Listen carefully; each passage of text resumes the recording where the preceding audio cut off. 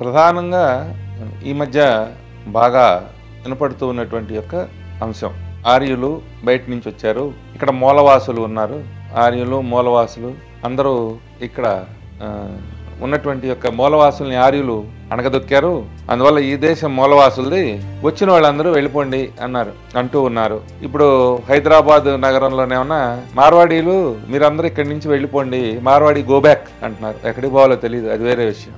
ఇప్పుడు ఆస్ట్రేలియాలో Indians go back అంటున్నారు, లండన్లో కూడా అంటున్నారు. లండన్లో కూడా ఇప్పుడు అమెరికాలోనేమన్నా ట్రంప్ అసలు డైరెక్ట్గానే చెప్తున్నాడు, ఆ ఇండియన్స్ అందరూ వెళ్ళిపోండి, పంపించేస్తాడు కూడా ట్రంప్, ఎందుకంటే అధికారంలో ఉన్నాడు కదా, కాబట్టి ఆయన పంపించేస్తాడు. ఇప్పుడుగా చాలా మందిని పంపించాడు, ఇంకా పంపిస్తాడు. ఇట్లా ఒకళ్ళనొకళ్ళు పంపించుకుంటూ పోతారు. సరే, ఇది బాగానే ఉంది. ఇండియా ఉంది కాబట్టి ఇండియన్స్ ఇండియాకి వస్తారు, సంతోషం. మరి ఇతర వాళ్ళతో ఈ సమస్య వచ్చినప్పుడు వాళ్ళు ఎక్కడికి వెళ్తారు? వాళ్ళకి ఏమన్నా దేశం ఉందా పోవడానికి? ఆ దేశాలు లేని వాళ్ళు ఎక్కడికి పోవాలి? సరే, ఇంకో పాయింట్, ఇప్పుడు ఆస్ట్రేలియాలో ఉన్న తెల్లోళ్ళు ఉన్నారు కదా, ఈ తెల్లోళ్ళందరూ ఆస్ట్రేలియాలో పుట్టారా? ఆస్ట్రేలియాలో మూలవాసులు ఎవరు? అక్కడ మూలవాసులు ఉన్నారుగా, మరి వాళ్ళు ఇప్పుడు వాళ్ళు ఏమనాలి? వాళ్ళందరూ వెళ్ళిపోమంటే ఈ తెల్లోళ్ళందరూ ఎక్కడికి పోతారు? ఈ యూరోప్ నుంచి వెళ్ళి అక్కడ నివాసాలు ఏర్పరచుకున్నటువంటి కాందశీక వలసవాదులు. అదేవిధంగా అమెరికాలో ఉన్నటువంటి యొక్క మాయన్స్, రెడ్ ఇండియన్స్ ఉన్నారు కదా, వాళ్ళందరూ ఉద్యమం చేస్తే వాళ్ళందరినీ చంపేసే కదా ఇప్పుడు అక్కడ అమెరికా మాదే అని చెప్పుకుంటున్నారు ఈ తెల్లోళ్ళు, యూరోప్ నుంచి వెళ్ళిపోయిన ఈ సముద్రపు దొంగలు. మరి వాళ్ళందరినీ వెళ్ళిపోండి అంటే వాళ్ళు వచ్చి వీళ్ళని వెళ్ళిపోమంటే వీళ్ళు ఎక్కడికి వెళ్తారు? మళ్ళీ వెనక్కి యూరోప్కి వెళ్తారా, లేకపోతే అట్లాంటిక్ సముద్రంలో దొంగతనాలు చేసుకుంటారా ఎప్పట్లాగానే? సరే, అవన్నీ ఒక విషయం. సరే, ఇట్లా వెళ్ళిపోండి, ఇది మాది అని కొంతమంది అంటారు, కాదని కొంతమంది అంటారు. ఈ వివాదాలు ఏవో ఒకటి నడుస్తూ ఉంటాయి. అవి ఎవరు బలంగా ఉంటే వాళ్ళు గట్టిగా మాట్లాడతారు, సంతోషం. కానీ ఈ మూలవాసులు ఇప్పుడు పోయింది, ఇప్పుడు ద్రావిడులు అనేది పోయింది. ఎందుకంటే ద్రావిడులు అంటే మళ్ళీ మరి బలం లేదనా బలం చాలదనో మనకు అర్థం కాలేదు. కానీ ద్రావిడులు ఆర్యులు అనే సిద్ధాంతం, ద్విజాతి సిద్ధాంతం బ్రిటిష్ వాళ్ళు తీసుకొచ్చారు సక్సెస్ఫుల్గా. స్కూళ్ళల్లో, కాలేజీల్లో, పుస్తకాల్లో అవే నేర్పించారు. కానీ ఎవరు ఉండట్లేదు దాని మీద. ఇప్పుడు మారింది, మళ్ళీ మూలవాసులు ఉన్నారు ఇక్కడ, ఎక్కడి నుంచో ఎవరో వచ్చారు, ఏదో జరిగింది అని కొంతమంది చెప్తున్నారు. సరే, ఆ విషయం మళ్ళీ పరిశోధన చేద్దాం. ఇంతగా ఆర్యులు ఉన్నారా? అసలు ఈ ఆర్యులు, ద్రావిడులు అనే పదాలు ఎక్కడ దొరికినాయి? 2500 సంవత్సరాల క్రితం ఉన్నటువంటి యొక్క శంకరాచార్యుల వారు నేను ద్రావిడుని అని చెప్పుకున్నాడు. ఈ ద్రావిడుడు ఉత్తర భారతదేశం పోయి కాశీలో, కాశ్మీర్లో ఉన్నటువంటి వాళ్ళని ఓడించి అన్ని మతాలు అంటే అప్పట్లో బౌద్ధము, జైనము, శాక్తేయం, పాశుపతం, గాణపత్యం అట్లాంటి రకరకాలైనటువంటి మతాలు ఉన్నాయి. ఆ మతాలన్నింటినీ ఓడించి అద్వైత సిద్ధాంతాన్ని ప్రతిపాదించారు. తర్వాత ఆ మతాలన్నీ కూడా దాని ముందు నిలబడలేక క్రమేణా అంతరించిపోయినాయి. అది విషయం. అంటే బౌద్ధ, జైనాలు ఆర్యుల మతాల, ద్రవిడుడైనటువంటి యొక్క శంకరాచార్యుడు ఆర్య మతాలైనటువంటి జైన బౌద్ధాలని ఓడించాడా? ఇది ఒక పెద్ద ప్రశ్న. అదేవిధంగా ఒక ద్రవిడుణ్ణి కాశీలో ఉన్నటువంటి యొక్క ఆర్య పండితులు, కాశ్మీర్లో ఉన్నటువంటి పరమ ఆర్య పండితులు అంగీకరించారా? ఆయన వాదించవచ్చు, ఆయన చెప్పింది కరెక్ట్ అని ఒప్పుకున్నారు అందామా? అయితే ద్రవిడులు అనే మాట నిజం, అంతవరకు గ్యారంటీ. ఎందుకంటే ద్రవిడులు అంటే దక్షిణాచ్యులు, దక్షిణాపదంలో ఉన్న వాళ్ళందరూ ద్రవిడులు, అంతవరకు నో డౌట్. ఉత్తరాపదం ఏది? దేన్ని ఉత్తర భారతదేశం అన్నారు? ఇప్పుడున్న ఉత్తరప్రదేశ్నే. మరి పంజాబ్ 2 దేశాల్లో ఉంది, పాకిస్తాన్లో పంజాబ్ ఉంది, ఇండియాలో పంజాబ్. సింధు అది ఉత్తర భారతదేశం కాదా? అవునా? వాళ్ళ ఆర్యులా కాదా? అలాగే రాజస్థాన్, దాని తర్వాత మళ్ళీ మనకి గుజరాత్, మధ్యప్రదేశ్, అదంతా ఆర్యావర్తం కాదా? అవునా? వాళ్ళేం బ్రాహ్మణులు, వాళ్ళేం మనుషులు, వాళ్ళ ఆర్యులా, ద్రవిడులా? మరి బెంగాల్లో ఉన్నవాళ్ళు ఎవరు? ఒరిస్సాలో ఉన్నవాళ్ళు ఎవరు? ఇప్పుడు ఇంతకు ఆర్యులు ఎవరు? మరి బ్రాహ్మణులు చాలా మంది మేము ద్రవిడ బ్రాహ్మణులు అని చెప్పుకుంటున్నారు కదా, ద్రవిడులు అయినప్పుడు మరి వీళ్ళు ఉండాలా, పోవాలా? వీళ్ళు ఇప్పుడు ఆర్యులతో పాటు వెళ్ళిపోవాలనా? బ్రాహ్మణులు కూడా ఆర్యులేనా? ప్రశ్నలు అయితే చాలా ఉన్నాయి, సమాధానాలు చెప్పేవాళ్లే లేరు ఎవరు, అందరూ ప్రశ్నలు వేసేవాళ్లే. మనకేమన్నా సమాధానం తెలుస్తుందేమో చూద్దాం. ఇప్పుడు ఈ ద్రవిడులు, ఆర్యులు అనే ప్రస్తావన వచ్చినప్పుడు ఆర్యులు అనే మాట కాసేపు పక్కన పెట్టండి, అది లేదు అనుకుందాం. ద్రావిడులు ఉన్నారు. మొదటి నుంచి ఈ దేశంలో విభజన అనేది ఎవరిలో వచ్చింది? పర్టికులర్గా కులాల్లో వచ్చింది. రాజులకు ఉత్తరం దక్షిణం లేదుగా, ఎక్కడ దొరికితే అక్కడ పరిపాలించుకుంటారు. మిగిలింది ఎవరు? బ్రాహ్మణులు. కాబట్టి బ్రాహ్మణులు ఏం చేశారు? బ్రాహ్మణులలో ద్రవిడులు ఉన్నారు, ద్రవిడులు కాని వాళ్ళు ఉన్నారు. కాసేపు అట్లా అనుకుందాం. ద్రవిడులు ఎవరు అనేది మనకు తెలిస్తే ద్రవిడులు కాని వాళ్ళు ఎవరు అనేది తెలుస్తుంది. కాబట్టి 2 రకాలైన విభజనలు వచ్చినాయి. ద్రవిడులు ఉన్నారు, ద్రవిడులు పంచద్రవిడులు అన్నారు. ఈ పంచద్రవిడులు ఎవరు? దేశస్థులు, కన్నడస్థులు, నియోగులు, వైదికులు, ద్రావిడులు.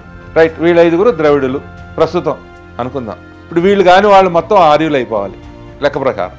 వాళ్ళు ఇంకా బాగా పెద్దవాళ్ళు, హై ర్యాంకులో ఉన్నటువంటి వాళ్ళు, గొప్ప గౌరవ మర్యాదలు పొందేటటువంటి వాళ్ళు, మిగిలిన వాళ్ళందరూ వెళ్ళి వాళ్ళకు సేవలు చేసుకునేటటువంటి యొక్క పరిస్థితి ఉండాలి. ఉన్నదా? మరి ఇప్పుడు ద్రవిడులు ఎవరో తెలిసిపోయింది కదా. ఈ ద్రవిడులు 5 ఉన్నారు, దేశస్తులు ఉన్నారు. దేశస్తులు మహారాష్ట్రలో, తెలంగాణలో కొంత ప్రాంతంలో, కర్ణాటకలో కొంత ప్రాంతంలో ఉన్నారు, కన్నడస్తులు ఉన్నారు, మరి నియోగులు ఉన్నారు, వైదికులు ఉన్నారు, ద్రావిడులు ఉన్నారు.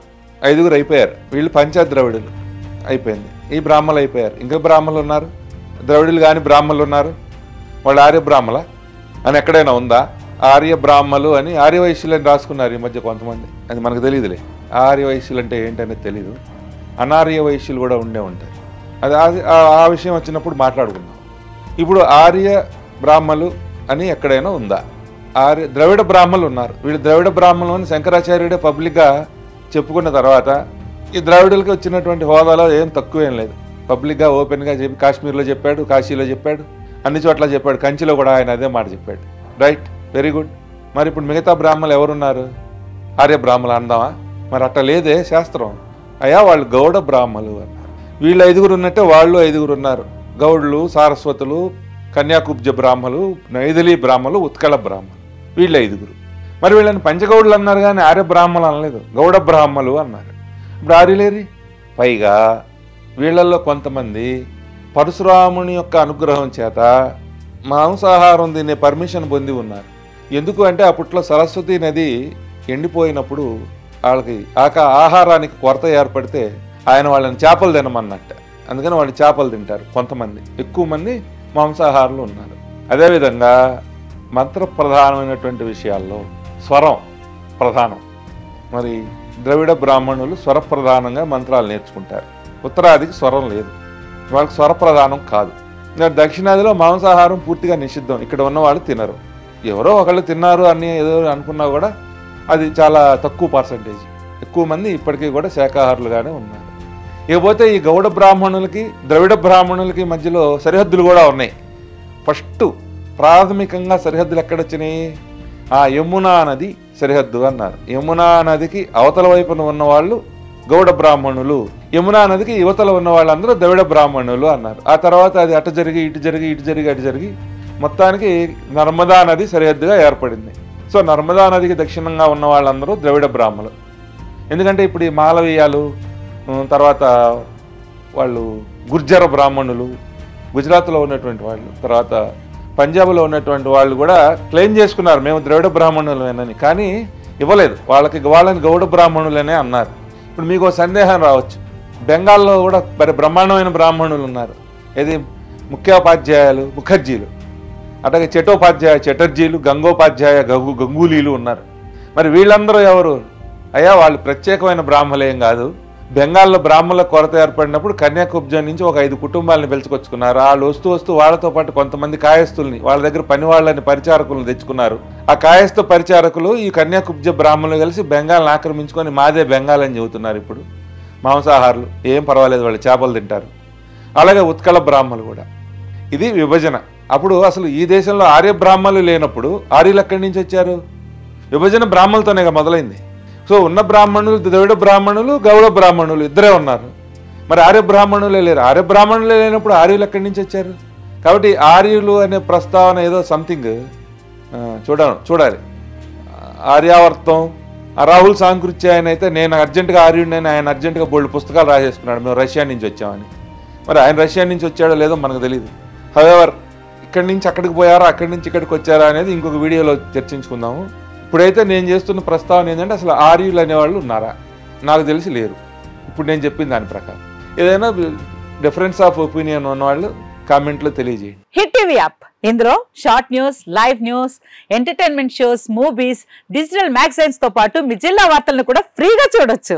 ఇంకెందుకు ఆలస్యం, వెంటనే హిట్ టీవీ యాప్ ని డౌన్లోడ్ చేసుకుని ఫ్రీగా ఎంటర్టైన్మెంట్ పొందండి. Hit TV app. Hit TV app. Please download hit TV app. Hit TV app ని ఫ్రీగా డౌన్లోడ్ చేసుకుని ఎంజాయ్ చేయండి. మీకు నచ్చిన ఎంటర్టైన్మెంట్ కోసం హిట్ టీవీ యాప్ ని ఫ్రీగా డౌన్లోడ్ చేసుకుని ఎంజాయ్ చేయండి. హిట్ టీవీ యాప్ ని డౌన్లోడ్ చేసుకుని ఆస్వాదించండి, ఆశీర్వదించండి. ఇంతమంది సెలబ్రిటీలు హిట్ టీవీ యాప్ ని డౌన్లోడ్ చేసుకోండి అని చెప్తున్నారంటే ఎంత మంచి యాప్ ఆలోచించండి.